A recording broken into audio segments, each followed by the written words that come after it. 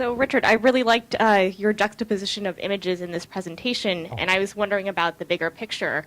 I think you allude to some of the reasons why these illegibilities occur in terms of this division between seeing, piles of cell phones, people working with dangerous materials, the number of laborers working in factories. But I'm wondering about how you think that this division between the people who use these technologies and the laborers behind them happens. In other words, how are our subjectivities formed so that these the labor behind these technologies become legible?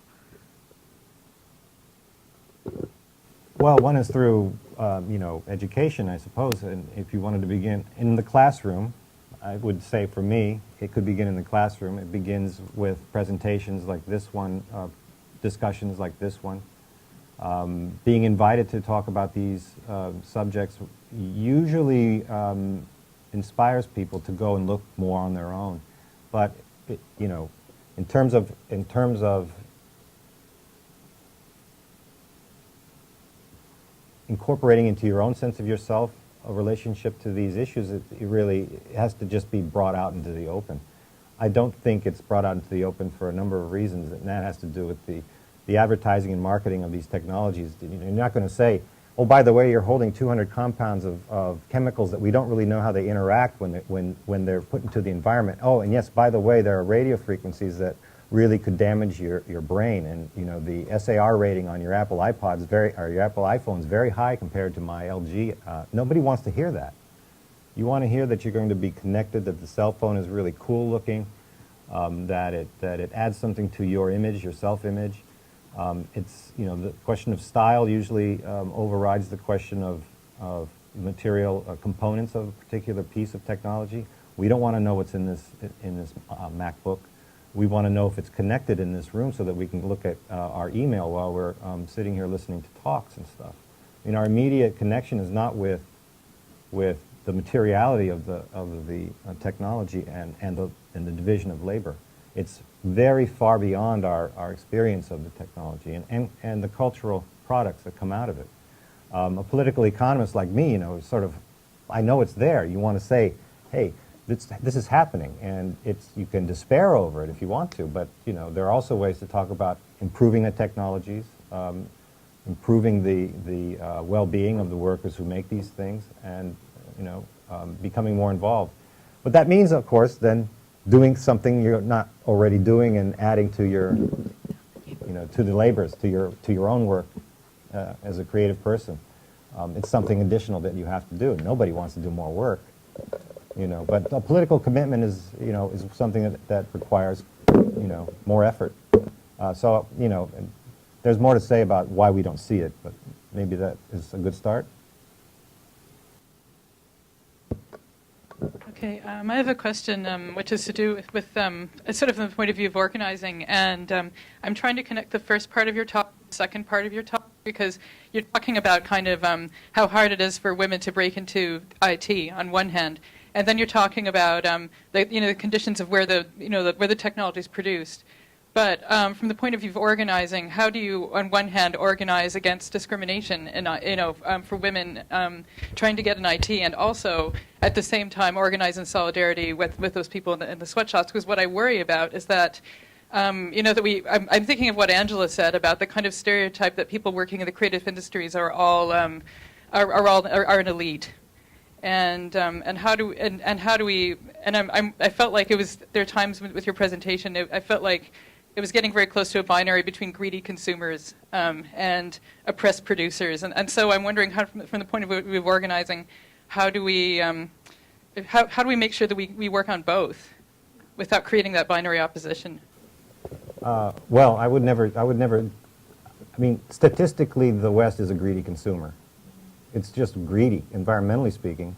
It's grotesquely greedy. 5% of the population consuming a majority of the resources and producing most of the carbon emissions that are killing the planet. That's greedy. So I don't have a problem saying that consumer is greedy, but what I don't do is boil it down to the individual. I mean, it's a structural issue. The West is greedy, developed this this imbalance has developed over time. But what I would say is that cultivating an ethical regard for these issues is really important, because you want your students, you want to provide work. People need to work. They need to eat. They need to have a livelihood. But there are going to be limits to, you hear the word sustainability, it'll come up again, but what are the sustainable limits to this kind of growth of the job market and the technology sector that still provides enough cultural resources for people to make art, to make creative productions, to do designs and fashion and everything else. We want that as individuals. We need that. It is something that gives a lot to us. But there's an ethical question from an environmental perspective about how much is enough to satisfy those needs, to provide the pleasures that we enjoy, and still not kill the planet or cause further harms to those who aren't here in our small ecosystem. I mean, it's a really big subject, but I think there's a way to use words and language to think it through. So I would say it's not about the individual consumer being greedy. There's a structural issue. Once you understand that the West is consuming so much, what's the ethical position that you take in regards to that? What do you do on a personal level to do that? And how do you organize municipal legislation, for example, for recycling and pickup of old equipment? Where does it go? How do you oversee that? What kind of enforcement? So again, we need those big institutions. We do need to have a personal kind of program of ecologically sound behavior, if you want. But on the other hand, it's also, it's so new, I think. And let me just say, historically speaking, the environmental movement, the labor movement, they didn't talk to each other not until the mid-90s. They were talking. The creative industries or cultural studies or media reform people still aren't talking. Media reform is not talking to environmentalists yet. So we're at the beginning of all of this. So it's really good to understand that I'm new to this. I'm not an expert. I haven't been doing this for 20 years. I've been thinking about the problems of the environment and technology, but really it's a big thing, and we're all at the beginning of it. So it's a good question, and it's something you're going to answer, I'm sure. Angela? Well, actually, just coming back on Kirsten's question, I think that one of the problems might be that there's a different kind of vocabulary that comes into play when we talk about campaigning, or when we talk about what can be done, or when we kind of are thinking about precisely how can one possibly intervene in a situation where there are such polarities that you've just shown. And maybe the value of the vocabularies provided by Lazzarato and Verno, or the value of the, if you like, the post-Deleuzian political vocabulary, is that it reminds us that that politics, like this is an argument almost against the big, the molecular, the macro politics. The good thing about Deleuze is that it theorizes the micrological politics and the politics of the instance, or the politics of the event. So when, Kirsten, you ask a question like that, one can immediately resort to a kind of left pessimism. How can it, it's kind of, no matter how motivated and how committed one might be, one returns to a kind of ultimately left pessimism in a neoliberal age. However, the value of the kind of new Deleuzian politics is that it allows us to think about the event, or the encounter, or the instance. And so when I was thinking earlier about what Andrew Ross did in the No Sweat conference, it was a one-off. But actually, the politics of the one-off is nevertheless still a politics.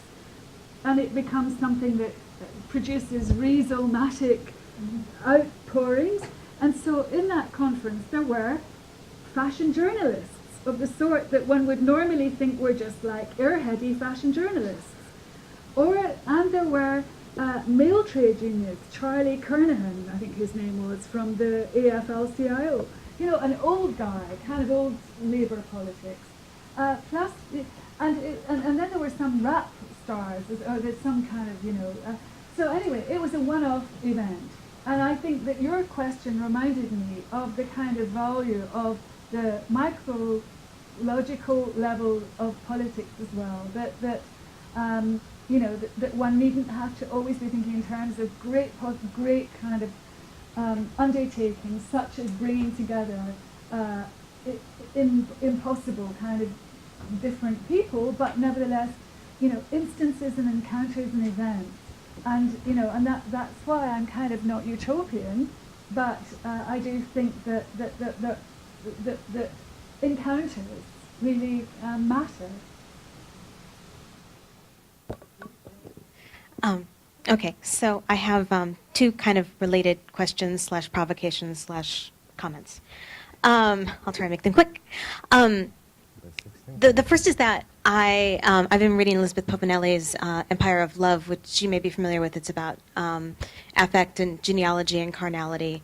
And so in this discussion that we've been having around how it is that we can form solidarities across difference so that we can address these issues of inequality and justice, I'm wondering, we've been talking about events where we can make new effective bonds between people, and we've talked about education as one of those sites where that happens.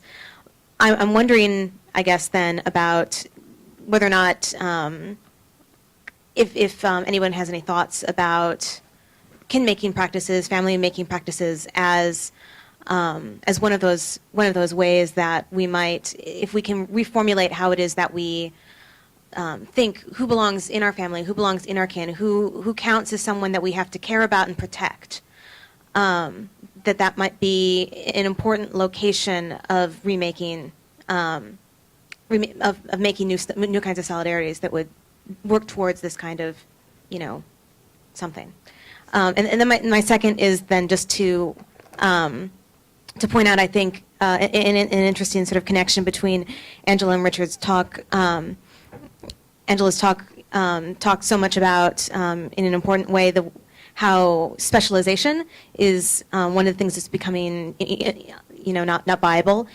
And I found it very interesting that one of the things Richard called on us to do as scholars, teachers, is to reach beyond our specializations, and specifically, it sounded like maybe you were asking us to get outside our specialties if we were going to approach these issues in an ethical way, because we have to look across points of design, manufacture, marketing, consumption, disposal. And I think it's interesting to see the way in which we're participating in this at this moment. So. Yeah, new vocabularies. Can the humanities read toxicology reports? Can the humanities read climatologists? And what would happen then to the passions that you have, the work, the commitments that you have? Can you read? Can you get into the activism of Greenpeace and Silicon Valley Toxics Coalition and maybe expand your understanding of these issues? But how do you incorporate that in some ways? I think it's a call to expand the vocabulary, understand that these specialists are specialists, but you can read them, you can understand them.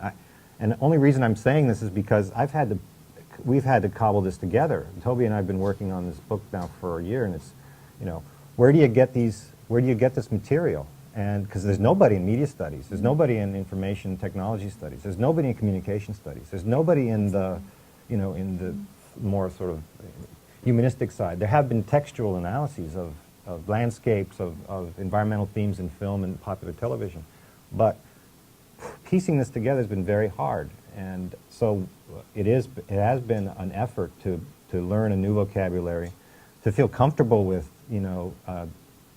lists and lists of chemical breakdown and what that is, and then to say, hey, I do get this. Eventually you get it. And you can say, well, you know what? I understand a little bit more now about how to be safer with this personally. And then how do you make that a part of your everyday life? If you want to begin with your family, if you have a family, my son and I talk, he's more environmental now than I am. Carl Hyacin, who's a great, funny novelist, has a couple of kids' books that are both environmentally, they're both ecological kind of activist books, Hoot and Flush. I mean, they're great ways to get kids to start to think about activism, fighting the man and keeping the environment clean. All those things that, he's an 8-year-old, so, you can begin building blocks that way.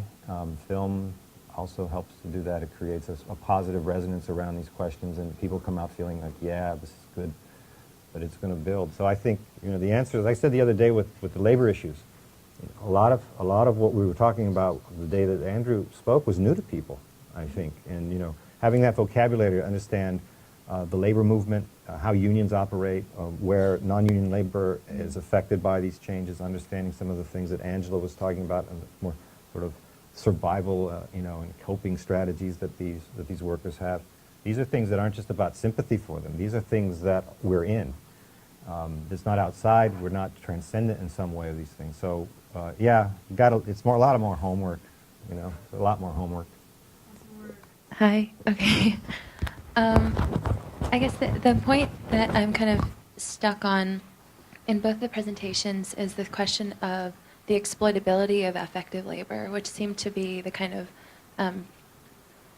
one of the major points in your presentation, Angela.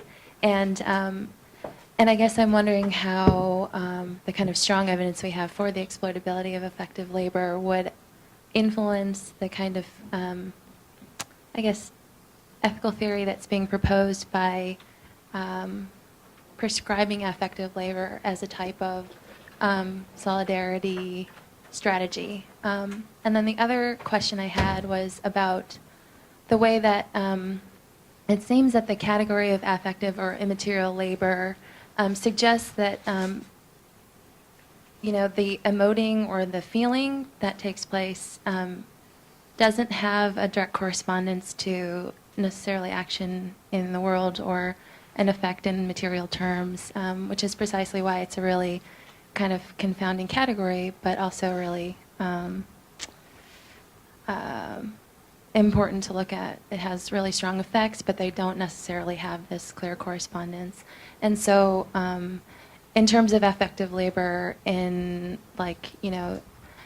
it was really interesting that the slideshow that we saw was kind of inciting us to reform some of the affective labor that you're talking about. And definitely in the documentaries that we've seen in the last couple of days, we've also been experiencing or performing some of the affective labor that's being theorized here. But in a way, at times it seems that the affect itself, or the expression of affect, or the experience of affect becomes enough, or that's sort of it, because it does have value and it does require effort. So I guess I was wondering if you could respond to those things. Okay, I can give a very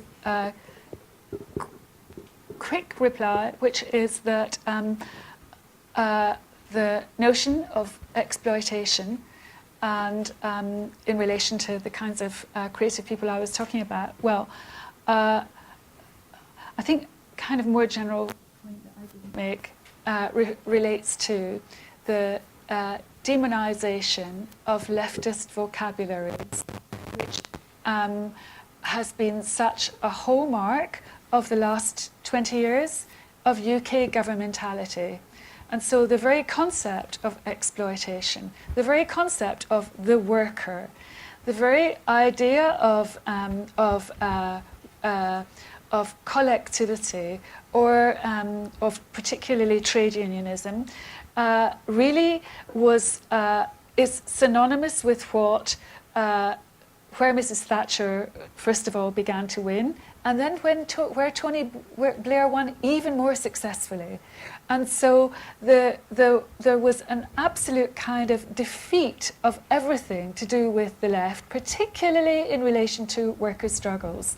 So, I mean, that's a kind of like a hidden but known history in contemporary political culture in the UK, that not only was feminism demonized as horrible, repudiative, ghastly, unattractive and so on, and not only was kind of anti-racism considered also a thing of the past, but leftist struggles around the workplace were irrelevant. No longer, you were never going to win. And so the idea of like a freelance or a microeconomy of people cooperating or supporting each other or forming their own trade union action has been unthinkable, really. And if it's been unthinkable in relation to mainstream, like say, for example, shop workers, then how thinkable is it in relation to individualized, freelance, self-employed or small-scale entrepreneurs? So I think that was a kind of missing part in my talk, that I didn't kind of focus, or I didn't foreground the defeat of the left. And I think that's also a slight answer to Kirsten's question as well, that the leftist struggles were profoundly defeated in the UK over the last 20 or 30 years. And so I think in many ways that what emerges is an idea that it's a kind of hopeless, it becomes unthinkable to challenge exploitation in a small-scale, indie microeconomy. And so what one has to do then is to try and make something thinkable again, although thinkable again, but in a different kind of way. And that's why, I think affective labour is important, a concept, and I think emotional labour is important because it's so individualised and so privatised, and it's sort of so much and there's such intensity, and yet there's outpourings of intensity, and yet there isn't the simple equation of, well, like if there are 4 people here and you're being treated in this bad way, if the 4 of us challenge the unfairness, okay, we might all lose our jobs, but actually, and so on and so forth. So I think in relation, given that this has become a discussion about trade unionism, about employment, about big institutions, it's also important to see the scale to which these were demonized, vilified, made to seem irrelevant, put as anachronistic in the context of the last 20 years of government, at least in the UK, probably here as well. And here, the demonization of let's put it this way, there has been the right has been very, very good at mobilizing the effective labors of the white working class male who felt he was pushed aside from the rise of multiculturalism, the efforts exactly to attend to the discriminations of the past, and there was effective work happening there, and so it was a big political effect at the poll, that there was a party, the cowboy capitalists, who were going to come back and give those white working class men what all those feminists and gay folks had taken away from them, and they still try to play that up. But that's a mobilization of affect too, and in some ways, you think of the white working class guy as just going to work and not having any feelings. Well, somebody else figured out that wasn't the case, and they won a lot of elections because of it. So this is in play here too. So a quick note on the creative industries. Peaches Geldof, whom you mentioned, Angela got married this week in Las Vegas at a very creative ceremony, so we pay honor to matrimony in all its forms. She rang Bob 30 seconds or so prior to the event, and he gave his blessing, apparently. Mrs. Geldof got remarried. But on the score of what can be done, in terms of your question, I had a couple of things I wanted to mention. One is that in terms of this environmental issue of media technology, the people who do most of the research in this are based in India and based in China, and there are a few based in West Africa. They're not media studies people, they're environmental scientists. And so there's plenty of opportunity for those of you interested in these things, because they always publish in English, since that is the language of science, to connect with them and find out what they're doing and get some of their ideas. Secondly, in analytic terms, Irvine is now the center of George Marcus's empire, the empire of the multi-sited ethnography. The multi-sited ethnography is the one that says, if you're going to understand these processes, I'm very sorry you can't do it in one place. The old school notion of the big book that you write when you speak to the head man in the village clearly got supplanted a long time ago, but instead it was supplanted by the narcissism of minor differences. And what's needed is to say, if you want to understand how the French peasantry functions and feels, you need to go to Brussels and find out about the common agricultural policy, its history, and its successes. That's multi-sited ethnography. A lot of it's deeply personal and community-based. It's not worth a fig unless it's institutional as well, and vice versa. Or you could go back 30 years to Laura Nader, when she said, we have to study up, not always study sideways and down. The studying up ethos of Laura Nader from her 1972 piece is all about go and meet the World Trade Organization, find out how they do what they do. Don Brennis at UC Santa Cruz goes to the National Science Foundation and sits in meetings and finds out how decisions are made. If you don't do all of that, then your analytic task based on some sort of micrological domain is going to be half-baked. The next thing is publication. Most scholars still tend to think, for perfectly good reasons, that it's in scholarly journals and books that they should publish. If you're going to write on ecological issues, there's a massive media interest in learning about this and a massive online interest in it. It happens not to have happened much in the humanities, but it's out there. Everything I write as an op-ed gets published within, days on these topics. It's not hard to get it out there. People are fascinated.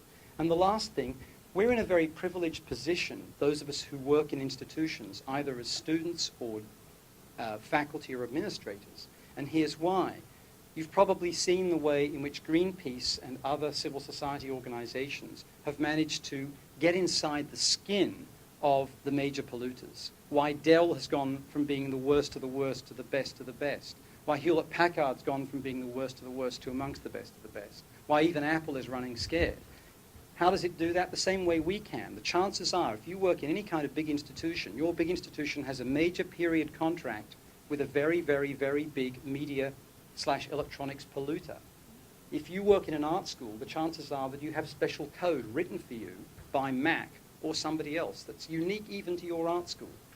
If you have an ecological group, if you have a purchasing group in administration, go and put pressure on the institutions that sell you these objects. Now, I know that this runs into all the problems of consumer sovereignty. I understand it runs into all the problems of the powerful showing largesse. The alternative is to turn your backs on that and say, well, I'm not allowed to do this because it's speaking on behalf of others. Not a good idea. You just grab the mic if you want. You're in charge. That's actually a really good segue into what I was going to say. I was a seafood chef in San Francisco for a long time, and as we all know, the oceans are being depleted. Monterey Bay Aquarium, in conjunction with other oceanographic institutions, decided to do something about it. They put together a well-designed brochure that folds up and fits in your wallet that you can take to restaurants with you, right? And so you can know what fish you're ordering, whether it's ecologically sound or not. I mean, so it's not as if the question of institution has only one scale. It's not as if the question of intervention has only one scale, right? So it does seem to me that, for example, a carbon footprint or a heavy metal toxicity symbol could be applied to a variety of consumer electronics in somewhat similar ways. And this would be the stuff that the creative industries and people influenced by the sort of teaching I'm hearing about here would want to do. That's Great it. point. Okay. I have a sort of question bouncing off Toby and one of your earlier comments, Richard, regarding flowcharts or data tables that you learn to read or interpret or use in your own research. And I was wondering, for one, the value of reproducing these tables or these flowcharts in your own sort of publishing or whatever presentations that you use, or relying on more of a hermeneutical device or sort of a comment regarding the relativity of these numbers. And it goes back into this idea that Toby mentioned about, the major, or the language of publication in the sciences is English. Well, I have a scientist friend who begs to differ, says the language of the sciences is math. In the sense that an article in the sciences can be published in whatever language, but given that you have these data tables and mathematical calculations, anybody can read them. And so it segues into the problem of the humanities, whereas what is the major language of publication in humanities? Is it English? So are we contributing or co-opting into the sort of globalization and the dominance, empirical dominance of English as the major language of publication in English? Or should we sort of subvert that and to reach out to these communities that we sort of observe and talk about, and talk in their language. Meaning, should we write in Chinese? Should we write in Spanish? Should we write in the many languages of India?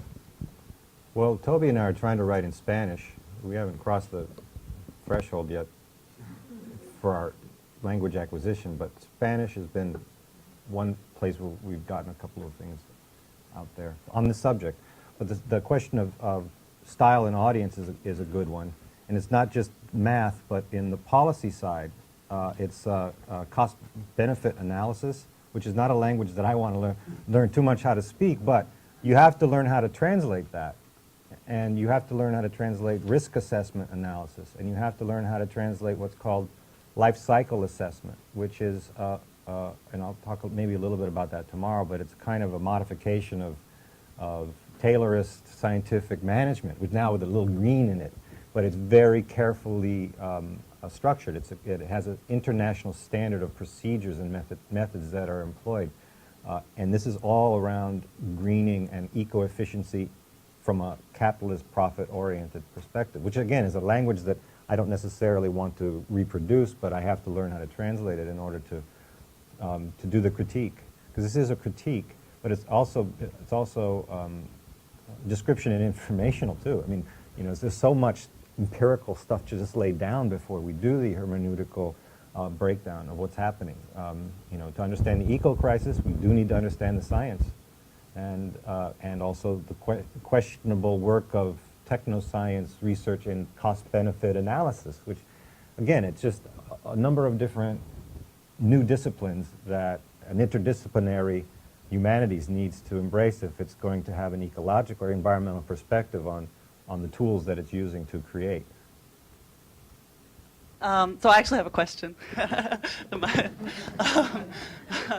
And I think Toby was already addressing it, and I think Michelle was bringing this up too, and it's kind of a, I'm not sure how to phrase it without sounding like slightly old school or something, but I guess it sounds like a lot of the talk today was about consciousness raising, or at the level of culture. So it comes to some of the questions that were raised earlier in the week about what is culture and what are we expecting culture to do? And so my question is kind of what do we do about some of the structural things about, I guess, old capital, alienation of labor, division of labor, that when work moves to the maquiladores, there actually are a lot of women who become the laborers because it's coded differently. And that, so I'm interested in these things about the ideology and affect and how we think about affective labor and in which realm. But I'm also interested in the practices that generate, well, and see, then I'm starting to sound base superstructure. But anyway, you get my question. If you could speak to more along the kinds of things that Toby was speaking to about the connection between affect and practice, and then what we expect affect or culture to do in terms of practice. Or are we expecting a kind of one-to-one relation there or not? Yeah. Well, in relation to what Toby said, in some ways, my response is the same response as I made about exploitation and about that we have to be aware of the levels of, if you like, loss and defeat, which have taken place in the main institutions in the public sector, as well as in these new enterprise centres. And if we don't understand the extent of the loss, then I think we're ill-prepared for re-engaging and for reinventing new political imaginaries. And in many ways, again, in my feminist book, it's really about loss. It's about the extent to which feminism became a hated thing, in much more than just like a sort of Susan Faludi backlash, and actually in a way wherein feminism was taken into account, individualized, brought forward by consumer culture around notions of girl power, or notions of empowerment and choice. And that in a sense, that individualization then became a substitute for feminism. And this is really the thesis of my book, that female individualization becomes a governmentally endorsed substitute for feminism. And so in relation to all of these points that have been raised about campaigning, or about pressure, or about new forms of organization, I think that we can't really, we can't begin to enact those discussions without taking into account the scale of the losses that have taken place. And so when Toby is talking about, well, you can do this, or when you were talking, Rick, you know, we can be interdisciplinary, or we can go and write pieces all the time for blogs and for magazines. And okay, well, my response there, again, is that in the university, neoconservatism has also had certain successes, and not just through corporate culture, not just through the kinds of connections, knowledge transfer that we have to do, but also at the level of a kind of neoconservatism of boundary-making practices again, the purity of the disciplines again. You know, the extent to which it is a high-risky, ill-advised thing to go off doing the kinds of things that in my generation we did all the time, which was to write for the New Statesman every week, or to write regularly for The Guardian. Actually, I'm rather looked down upon for writing for the comment page of The Guardian, which is kind of the most, you know, like the most high-profile political place that you can have, you know, in the UK. You know, I write articles next across the page to Gordon Brown or Peter Mandelson. But in strictly RAE terms, this is considered inappropriate or not the right thing to do, because the building up of the kind of professional disciplines again mean that, you know, you become a conventional kind of academic again. And it's really sort of not the right thing to be doing, to be going off doing, you know, or it's kind of looked down as being popular, even if it's writing for the most kind of esoteric, for the Telegraph or the Times of. So again, I think we have to take into account the scale of those losses. One loss has been the way in which kind of cultural studies, of course, was also very demonized and vilified, and interdisciplinarity has been challenged and contested, and so really that's my answer to your question in a kind of roundabout way, that the big the institutions like our own have also been pulled into line, if you like, so that the academic or the intellectual becomes a different kind of person than he or she was 20 years ago. And people have no time to be doing those kind of things anyway, you know. And it's not something that you advise your PhD students to be doing, you know. I want to just point to some what I'll mark as sort of invisible visibilities or visible invisibilities, that those somewhat obvious things that remain largely unremarked in this discussion. And they have to do with race, right? I mean, you began to raise it in relation to white working class in the US. But the contrast between the photos that you put up were between blonde-haired, white, consuming, upper middle class, largely, in this case, women, in the first world or in an environment like this. And the producing class, which was a class now offshore elsewhere, who are deeply racially marked, and yet the race of which remains unremarked. And so to raise some questions about what's going on in the transformation of racial configuration as all this is taking place. So the first thing I think to point out is that you know, in the shift from welfarism, this sort of caretaking pastoral state, looking after its own, where its own, the familial, and by extension the familiar, are largely falling under the extension from the 30s through to, say, the 70s as white folk, right? I mean, as that's eroded in terms of sort of civil rights legislation and so on, and you're seeing the emergence in its wake of a shift from a welfarist or caretaking state to what I'll mark as a kind of traffic cop state. What's going on underneath that is a kind of commitment to the privatizing of forms of discrimination, right, where the familiar and the familial sort of come together in a way to extend this kind of racial configuration, no longer through a kind of activist legal intervention, but what I'll call a kind of conservationism, namely keeping things as they are, even as anti-discrimination law, non-discrimination law particularly, kicks into place, right?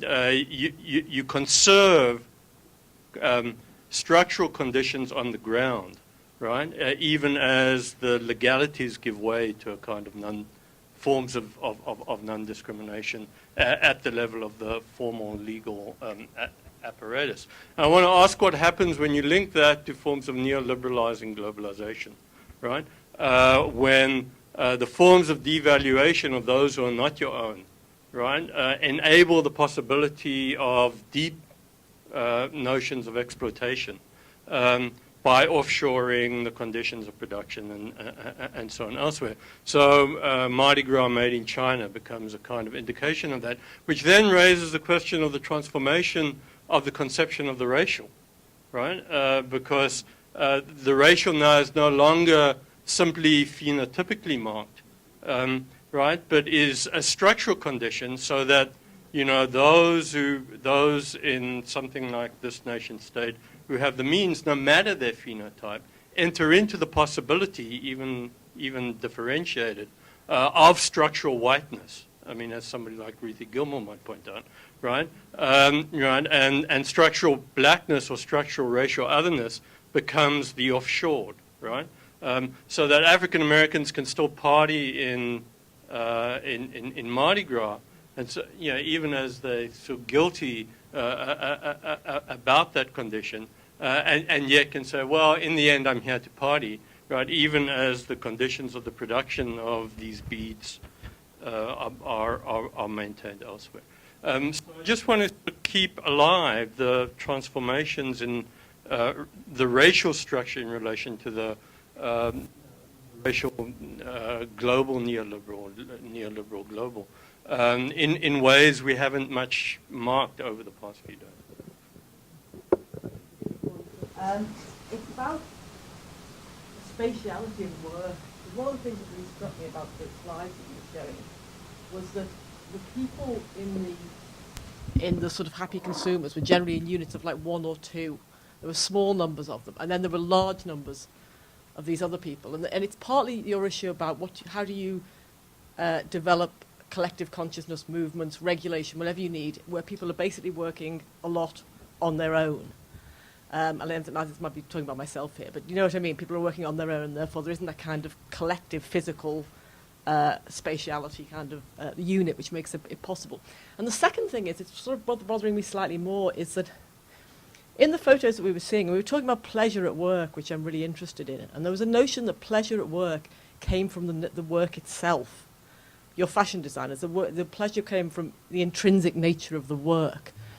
But in the film that we saw yesterday, which has already been mentioned, and which unfortunately you didn't see, it was called Mardi Gras Made in China. It was about people making beads for Mardi Gras in China.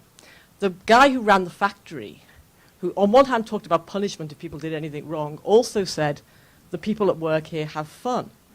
And indeed, we did see scenes of them together, collectively kind of having fun. So I think there's something really bothering me about this notion of pleasure at work, in the sense of, does the pleasure come out of the work that you do? Or does it come out of being with other people, even in an unpleasant kind of situation, in some senses? And what's that sort of about? Because it seems to me that I certainly find, working as I do most of the time on my own, that I get pleasure out of the work, but I don't do what in England we sometimes call having a laugh at work, because there isn't anyone else there. So I think there's what's the nature of pleasure at work? Is it about work, or is it just about being with other people? Oh, that's a good point. Well,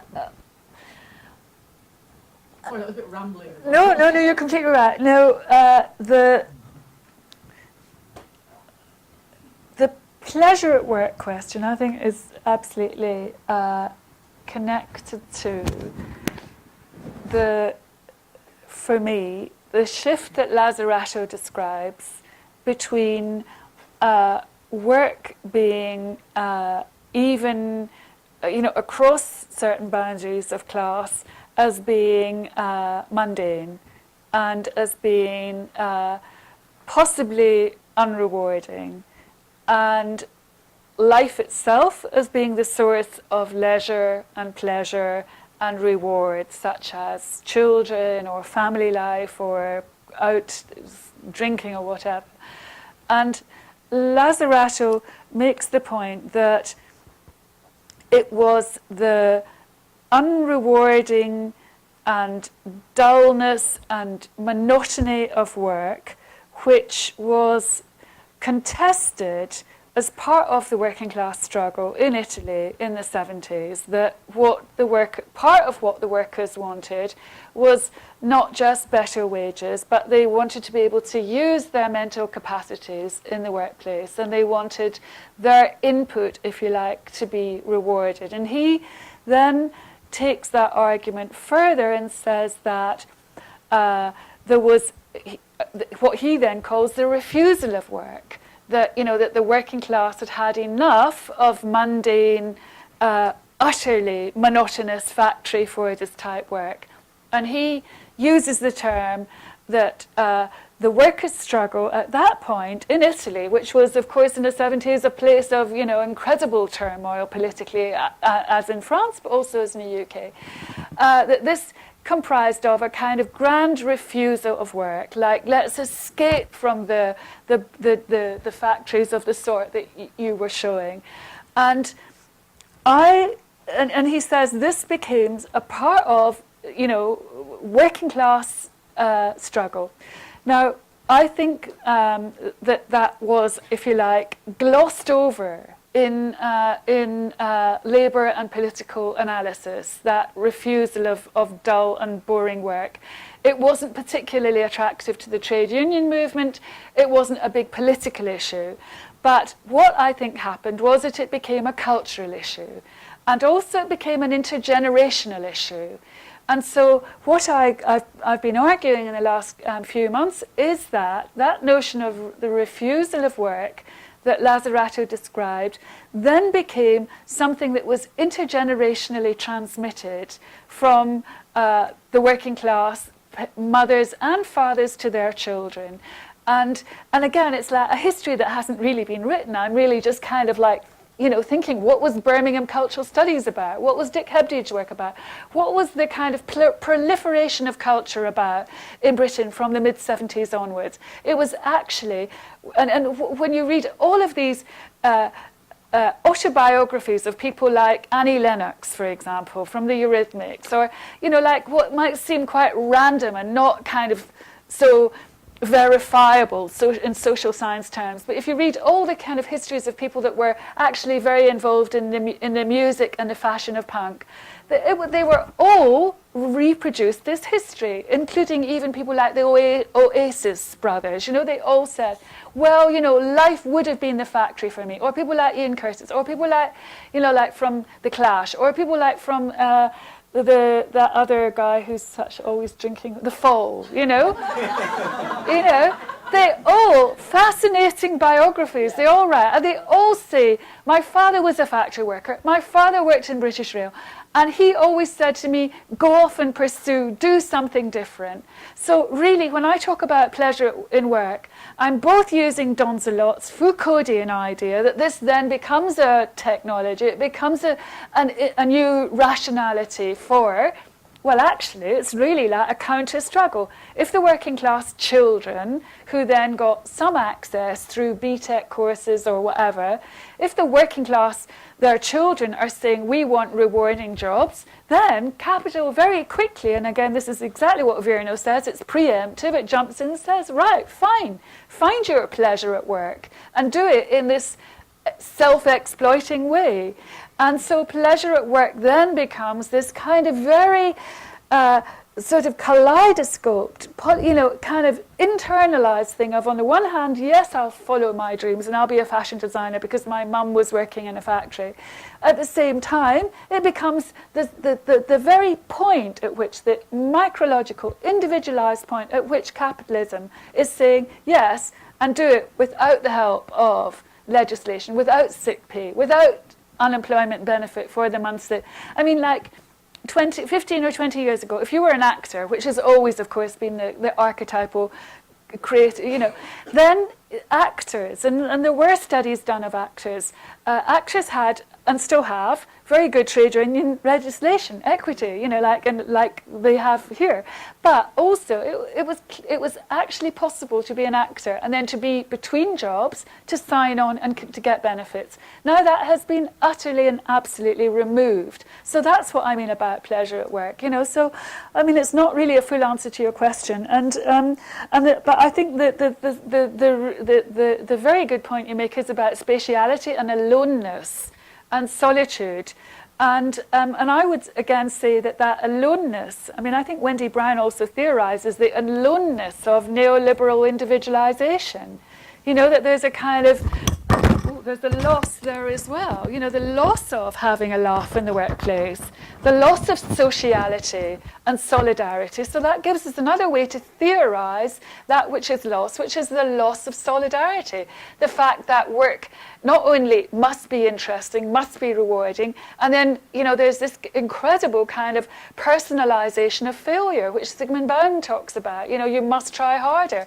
A failure is never the failure of the structure. It's not about the workplace. It's not about the system. It's actually your own self-blaming strategy. You can only try harder. So if I didn't make the right dress, or if I didn't, if my novel is not good enough, then all I can do is... And so I think that actually, rather than talking about there not being pleasure if you're working at home, which, of course, can also be the case, so there isn't the having a laugh, you could also say there's actually more than that. There is a loss of... and then another point I would make is that this kind of overstretching of the self, always to be productive. There is no scope for being a bit lazy, or for being unproductive, or for not working at one's best all the time. That there is no kind of way of being ordinary. And actually, one of the points that I was wanting to make earlier was, again, about, a politics which would contest this kind of glamorized individualism. And I think that's a really important feminist point to make, that, that this inflated notion that, young women they must be perfect. They must not only look perfect, but they must be incredibly productive and talented, and as good a mother at home, the same kind of pressures to be the perfect mother, or so these are the points at which, like being boring, or being ordinary, or not being glamorous, or, and actually, in many ways, all of those politics are so hard to contest at a kind of formal political level that they're only much more possible through art and culture, or through music, like through people making music about, chat, long answer to your question. But anyway.